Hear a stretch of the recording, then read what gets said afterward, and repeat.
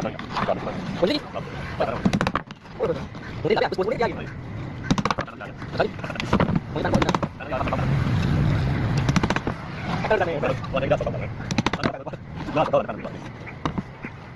Ini dulu lagi. Mari pulang.